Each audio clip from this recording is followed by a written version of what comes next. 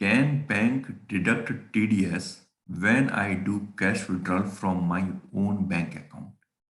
जी हाँ दोस्तों, एक बहुत ही बड़ा अपडेट आ चुका है ऑलरेडी। शायद आप लोगों ने अगर कैश विड्रॉल किया हो बैंक में जाकर तो बैंक ने आपका टैक्स काटा होगा। आपको कुछ पेमेंट जो आपने बैंक की स्टेटमेंट अपनी चेक की होगी तो आपको मालूम पड़ा होगा कि कुछ पेमेंट और आपकी डिडक्ट हो गई है। तो दोस्तों, आज हम इस वीडियो में बात कर रहे हैं कि बैंक आपका कितना टैक्स काट सकता है, किस कंडीशन में वो टीडीएस काट सकता है। और अगला क्वेश्चन ये कि जो उसने टैक्स काटा है, जो उसने टीडीएस काटा है, क्या मैं उसे अपनी इनकम टैक्स रिटर्न में क्लेम कर सकता हूं या नहीं कर सकता।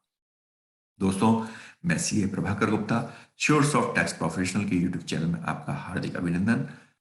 आगे बढ़ने से पहले आपसे रिक्वेस्ट कि आप हमारे चैनल को लाइक कीजिए, शेयर कीजिए, सब्सक्राइब कीजिए। दोस्तों, सबसे पहली बात कि section 194 N of income tax act, bank अब आप जब भी कैश विड्रॉ करेंगे तो टीडीएस काट सकता है।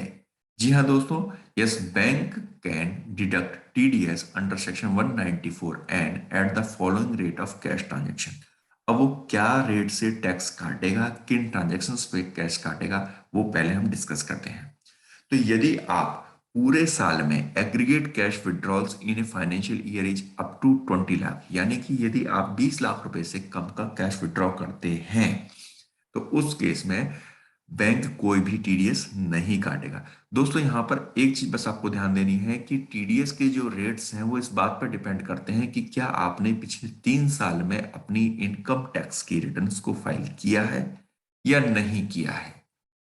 जी हाँ, यदि आपने अपनी 3 साल की आईटीआर फाइल कर रखी है तो आपके जो टीडीएस के रेट्स हैं वो कम लगेंगे, यानी आपको बहुत ज्यादा टीडीएस नहीं काटेगा बैंक। लेकिन यदि आपने आईटीआर फाइल नहीं की है तो टीडीएस के रेट्स आपके ज्यादा होंगे और ज्यादा वैल्यू पर आपका टीडीएस कटेगा। तो दोस्तों, पहले जैसे बात करते हैं कि यदि आपने 20 लाख रुपए तक का कैश विड्रॉ किया तो बैंक आपके कैश विड्रॉल पे टीडीएस नहीं डिडक्ट करेगा, चाहे आपने आईटीआर फाइल कर रखी है 3 साल की या नहीं करी है। लेकिन यदि आपने कैश विड्रॉल 20 लाख से 1 करोड़ के बीच में किया है, यानी कि आपने 20 लाख से ज्यादा का कैश विड्रॉ किया लेकिन आपने टोटल कैश विड्रॉल 1 करोड़ रुपए तक अगर आपका हुआ है और आपने यदि अपनी 3 साल की आईटीआर फाइल कर रखी है तो बैंक आपका टीडीएस नहीं काटेगा। लेकिन यदि आपने अपनी आईटीआर फाइल नहीं की है तो उस केस में बैंक 2% का टीडीएस काट लेगा। तो फॉर एग्जाम्पल कि यदि आपने 50 लाख रुपए का कैश विड्रॉल किया और आपने अभी 3 साल की अपनी आईटीआर फाइल नहीं कर रखी है तो 50 लाख का 2% यानी 1 लाख रुपए का बैंक टीडीएस काट लेगा। अब आपके दिमाग में क्वेश्चन ये भी चल रहा होगा कि अगर 1 लाख रुपए काट लिए तो क्या इसका हम क्लेम कर सकते हैं या नहीं। ये भी हम आगे और डिस्कस करेंगे। पहले हम डिस्कस करते हैं कि यदि आपने कैश विड्रॉल 1 करोड़ रुपए से ज्यादा किया तो उस केस में आपने आईटीआर फाइल कर रखी है तो सिर्फ 2% टीडीएस कटेगा और आपने आईटीआर फाइल नहीं कर रखी है तो 5% टीडीएस कटेगा। तो दोस्तों, जब अगर आप कैश विड्रॉल करते हैं तो सबसे पहले तो आप बैंक में जाकर के उनको ये बताइए कि आपने अपनी आईटीआर फाइल की है या नहीं की है। और हो सकता है कि बैंक आपसे प्रूफ के तौर पर आपकी पिछले 3 साल की आईटीआर की कॉपी भी मांग ले।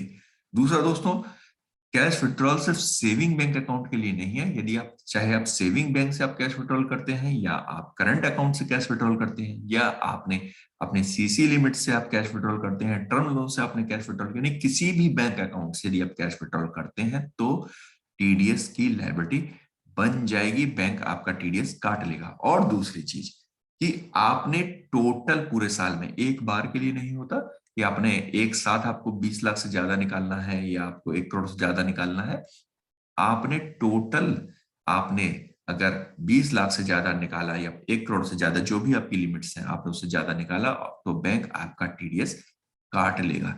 फॉर एग्जाम्पल, अगर आप 1-1 लाख करके आपने 30 बार पेमेंट निकाला तो आपने 30 लाख रुपए पेमेंट निकाला और आपने 3 साल की आईटीआर भी फाइल नहीं किया तो इस केस में भी आपका 2% का टीडीएस बैंक काट लेगा।